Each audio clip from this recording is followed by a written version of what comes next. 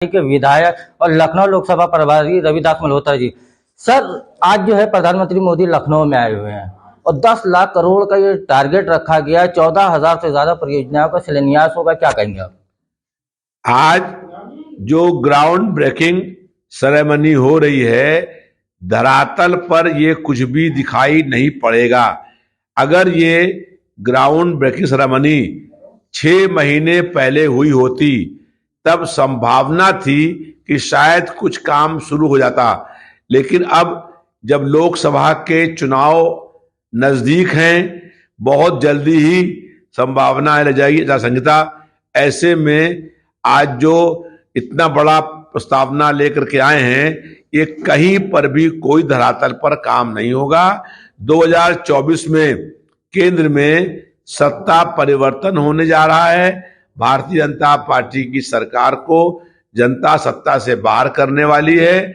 नई सरकार बनेगी इंडिया मोर्चे की, और वो जो नई सरकार बनेगी वो इन योजनाओं को लागू करने का काम होगा। भाजपा की सरकार केवल कागजों पर कार्रवाई करने का काम करती है, धरातल पर कहीं कोई काम नहीं दिखाई पड़ेगा। सर, अभी विधानसभा सत्र था, सत्र में मैंने खुद देखा था कि आप भी मौजूद थे और अखिलेश यादव कह रहे थे कि सेरेमनी होती है, एमए साइन होते हैं, लेकिन धरातल पे कोई काम नहीं होता। लेकिन अब देखिए धरातल पे काम होने जा रहा है। 14,000 परियोजनाओं का शिलान्यास होगा। कहीं ना कहीं 33 लाख से ज्यादा युवाओं को रोजगार मिलने की सरकार बात कह रही है और आप लगातार इसका भी विरोध कर रहे हैं, क्या कहेंगे? देखिए, हम लोगों का विरोध नहीं है। अगर ये 6-8 महीने पहले इसका ग्राउंड कवरेज करते तो शायद कुछ जमीन पर काम दिखाई पड़ता, लेकिन कहीं पर भी ये धरातल पर काम दिखाई नहीं पड़ेगा। ये केवल जनता को गुमराह करने का प्रयास है।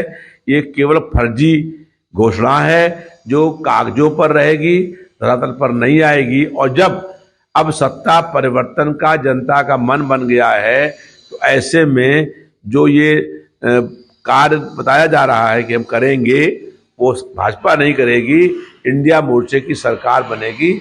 उस सरकार बनते ही इसका सब शिलान्यास होगा और सब पर काम शुरू होगा। सर, इंडिया गठबंधन की आप बात कर रहे हैं कि इंडिया गठबंधन पूरी तरह से जैसे जीत के आएगा लोकसभा में, लेकिन इंडिया गठबंधन है का दिख आ रहा है। बिहार में देखिए वो टूट गया है, ममता जी वो अलग हो गई हैं, आरएलडी जो है वो सपा से अलग हो गई है। अब बात की कमेरावादी की, डॉक्टर पल्लवी पटेल वो भी कहीं ना कहीं नाराज दिख रही हैं। तो ऐसे में गठबंधन किस तरह से बनेगा यूपी में? क्या कांग्रेस और सपा में गठबंधन की बात हो चुकी है? देखिए, भारतीय जनता पार्टी इंडिया गठबंधन से बहुत घबरा गई है। तो सीबीआई, ईडी, इनकम टैक्स और तमाम तरह का डर दिखा करके इंडिया मोर्चे के गठबंधनों को तोड़ना चाहती है। 28 विपक्षी पार्टियों का गठबंधन हुआ था, 2 विपक्षी पार्टियां अलग हो गई हैं, लेकिन 26 पार्टियां आज भी एक हैं और एक होकर के चुनाव लड़ेंगी। समाजवादी पार्टी और कांग्रेस के बीच में गठबंधन हो गया है। राहुल गांधी जी की यात्रा लखनऊ आ रही है और परसों रायबरेली के मंच पर अखिलेश यादव जी और राहुल गांधी जी एक साथ एक मंच पर दिखाई पड़ेंगे।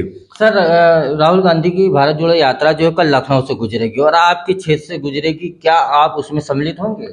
निश्चित रूप से हम लोग जो यात्रा गुजरेगी उनका जो हमारे क्षेत्र के अंदर आएंगे तो हम लोग उनका स्वागत करेंगे, उस यात्रा में शामिल होंगे। और ये भारत जोड़ो यात्रा है। हम लोगों का ये प्रयास है कि भारत जो है वो एक हो, मजबूत हो, आपसी भाईचारा मजबूत हो, और भारतीय जनता पार्टी की सरकार जो नफरत फैलाने का काम कर रही है उसके खिलाफ ये अभियान चल रहा है। और इस बार जनता ये चाहती है कि गैर भाजपाई वोटों के बंटवारे को रोका जाए और भाजपा को सरकार से हटाया जाए। इसलिए जन भावनाओं के अनुरूप ये मोर्चा बना है और इस मोर्चे की सरकार बनना तय हो गया है। 2024 में केंद्र में इंडिया मोर्चे की सरकार बनेगी। धन्यवाद सर। ये थे हमारे साथ रविदास मल्होत्रा जी, जिनका साफ तौर से कहना है कि देश में एक बार फिर कांग्रेस गठबंधन के साथ में कहीं ना कहीं सरकार बनाएगी।